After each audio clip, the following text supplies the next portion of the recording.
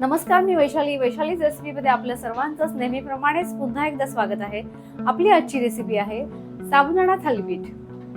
आता आपण पाहणार आहोत साबुदाणा थालीपीठसाठी लागणारं पूर्ण साहित्य.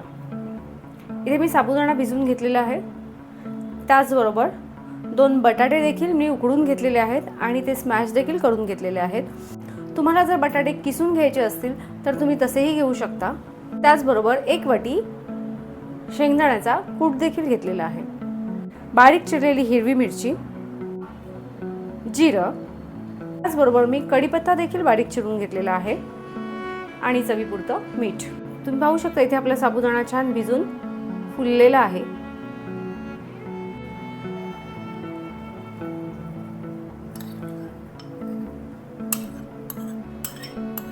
आता साबुदाण्यामध्ये आपण उकडून घेतलेले बटाटे देखील घालून घेणार आहोत. त्याचबरोबर शेंगदाण्याचा कूट,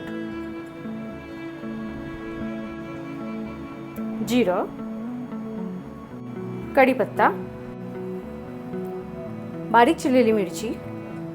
तुम्ही मिरची तुमच्या आवडीनुसार कमी जास्त देखील घेऊ शकता आणि मीठ. आता आपण हे घेतलेलं सर्व साहित्य छान मिक्स करून घ्यायचं.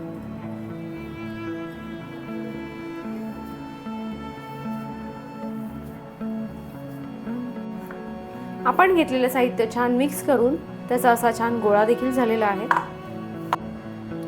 थालीपीठ करण्यासाठी मी इथे रुमाल घेतलेला आहे. तुम्ही प्लास्टिकची पिशवी सुद्धा घेऊ शकता. आपण घेतलेला जो रुमाल आहे तो छान असा भिजवून घ्यायचा.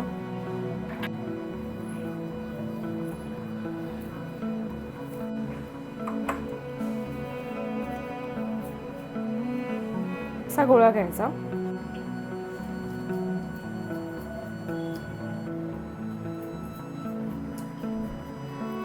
आणि तुम्हाला जितका पाहिजे तितका थापून घ्यायचा.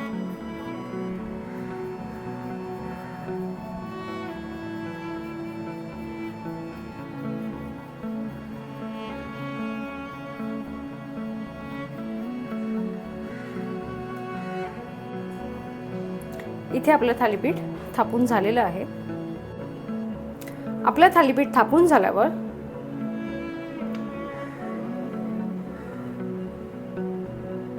असं हातावर घ्यायचं. इथे मी एक साईडला पॅन देखील गरम करून घेतलेला आहे. आता यावर आपलं थालीपीठ घालून घ्यायचं. थालीपीठ एक साईड ते छान शेकलं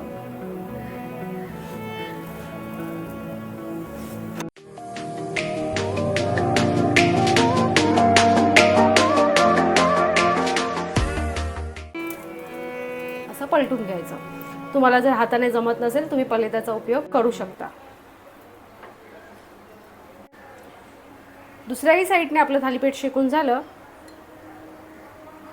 की यावर छान तूप लावून घ्यायचं. तेल लावायचं असेल तर तुम्ही तेल देखील लावू शकता.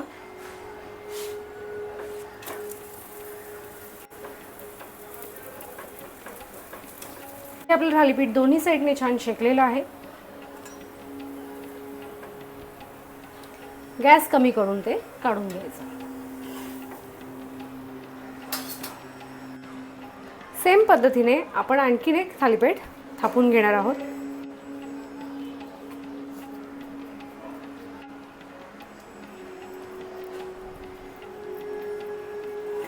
जितकं पातळ थापता येईल तितकं पातळ थापून घ्यायचं. म्हणजे ते शेकवतानाही छान शेकलं जातं आणि खाताना क्रिस्पी लागतं. पाहू शकता इथे आपल्या थालीपीठाचा आकार देखील अगदी गोल आलेला आहे.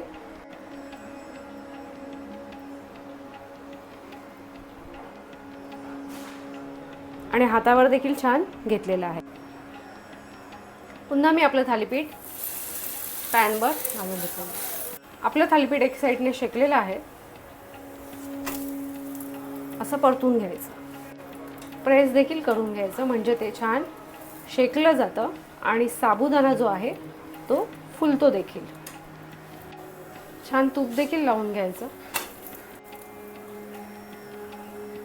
थालीपीठ दोन्ही साईडने छान शेकलेलं आहे.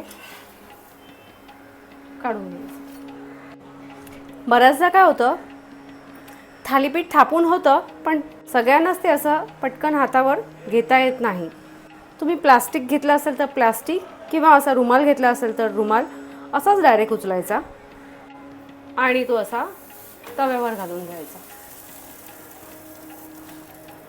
आणि आपला रुमाल काढून घ्यायचा आणि थालीपीठ देखील शेकून घ्यायचं. इथे आपलं थालीपीठ छान शेकलेलं आहे.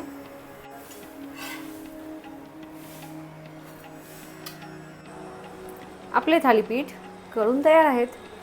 तुम्हाला जर आपली आजची रेसिपी आवडली असेल तर आपल्या रेसिपीला लाईक करा, जास्तीत जास्त शेअर करा, नवीन असाल तर सबस्क्राईब देखील करा आणि ज्याप्रमाणे तुम्ही आपल्या सर्व रेसिपीज पाहता त्याचप्रमाणे पाहत राहा. पाहता पाहता करतही राहा आणि करून झाल्यावर कमेंटमध्ये नक्की सांगा तुमची रेसिपी कशी झाली.